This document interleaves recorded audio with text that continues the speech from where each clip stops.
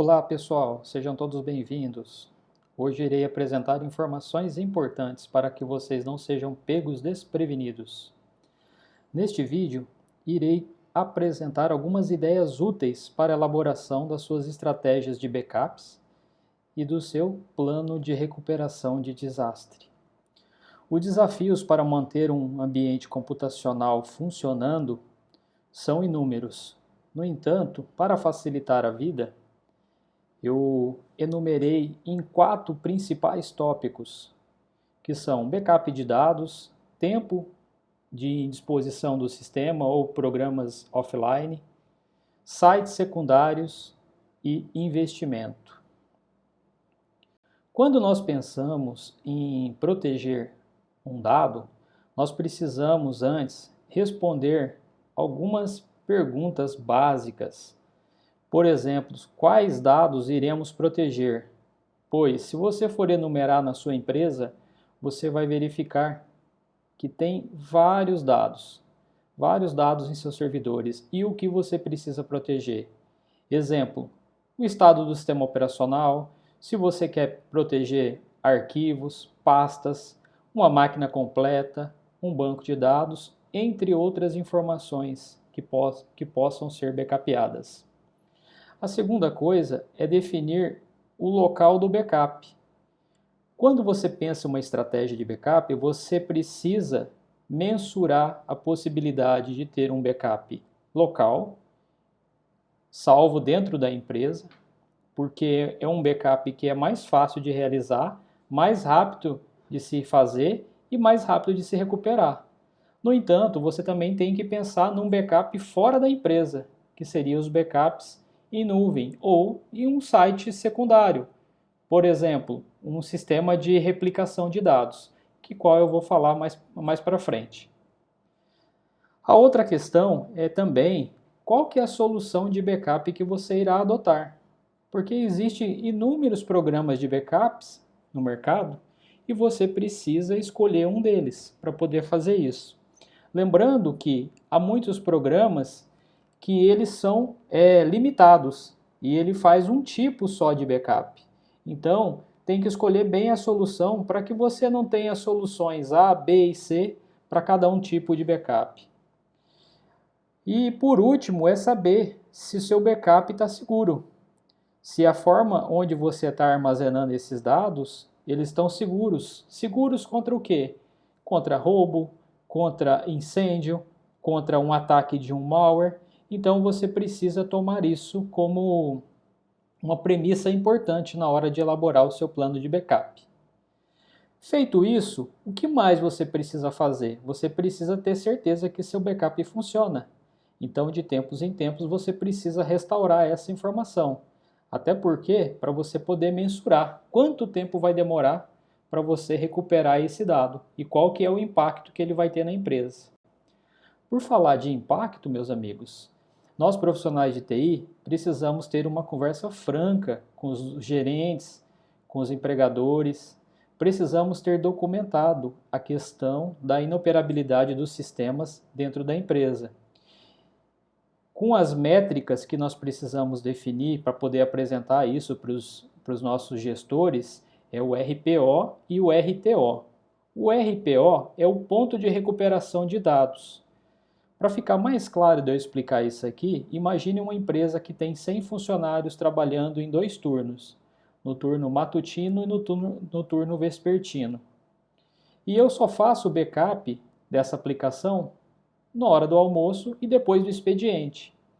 Imagine vocês se de repente, às 17 horas num dia de semana, o sistema para de funcionar e eu tenho que restaurar o último backup. E o último backup que eu tenho aconteceu às 12 horas desse mesmo dia. Eu terei que explicar para toda a empresa que todos os trabalhos que foram feitos das 13 às 17 horas foram perdidos. Agora, se vocês imaginam o transtorno que vai dar para 100 pessoas terem que refazer os seus trabalhos. Então, por isso que eu tenho que deixar documentado isso e definido com a gerência qual que é o RPO, qual que é o ponto ideal de retrabalho que eu possa ter. A outra coisa também é o RTO, é o tempo que demora para me recuperar esses dados e voltar a esse sistema ativo. Porque o que tenho que levar em consideração? Primeiro, se eu vou ter onde restaurar esses dados. Porque muitas vezes o problema não está na informação em si, mas no hardware ou naquela máquina virtual que hospeda aquele sistema. E aí eu vou ter que refazer aquela máquina, se eu tiver onde subir ela, refazer aquela máquina e voltar ao backup. Então eu preciso ter definido isso com a gerência. Falar, olha, se acontecer tal problema, eu vou levar, sei lá, 12 horas para recuperar isso. Porque não é só a reinstalação do programa, é o tempo também que demora, né, para eu copiar esse backup do lugar onde ele esteja, se for local ou se for em nuvem, até que ele fique ativo novamente. Então eu preciso deixar claro todas essas questões. E também, juntamente com esses gerentes, esses diretores, já mensurar também o prejuízo que esse sistema ficando offline vai causar para a empresa, porque isso tudo tem que ser documentado. Empresas de missão crítica, onde os sistemas não podem parar de maneira alguma, porque se parar para a produção da empresa, esses sistemas precisam ser pensados, né, como proteger, como criar uma redundância para que a empresa fique o tempo necessário para recuperar a informação, não seja tão dispendioso para a empresa, né, que o prejuízo não seja tão grande. Então nós precisamos deixar isso documentado e seguir essa métrica. Pessoal, a outra questão que fica escondida para a maioria dos profissionais de TI é a necessidade de ter um site secundário. O que é o site secundário? Geralmente, quando eu falo site secundário, as pessoas ficam confundindo isso com website. Mas o site secundário nada mais é do que uma cópia do seu data center ou das máquinas que você tem dentro da sua empresa. Um site secundário tradicional seria como se eu tivesse duplicado cada um dos equipamentos que eu tenho em produção. Eu teria que ter um equipamento de igual ou maior capacidade parado dentro da empresa para ser utilizado em caso do sistema do meu data center principal parar de funcionar. E isso é muito difícil, né, de a gente encontrar isso nas empresas. Por quê? Pelo devido custo, né? O custo de você comprar equipamentos em duplicidade e deixar aquele equipamento lá parado. Quando o equipamento é comprado em duplicidade e um deles para de funcionar, você tem lá o backup, um step, como você diria, né? Como se você fizesse uma analogia a um veículo. Você teria lá um servidor disponível para utilização. No entanto, o custo disso é muito alto. E também ele ocupa espaço físico dentro da empresa. E não adianta nada também eu ter redundância nos equipamentos se eu sofrer uma invasão dentro da empresa, um ladrão levar os equipamentos, um incêndio, uma enchente e acabar danificando o equipamento reserva também. Então, geralmente as empresas, elas adotam um site secundário em nuvem, nas nuvens públicas, como Microsoft Azure, AWS e Google. No entanto, todas as empresas que vão fazer um orçamento nessas nuvens públicas, elas tomam um susto. Por quê? Porque não custa barato, né? Então, nós temos um problema que é o investimento.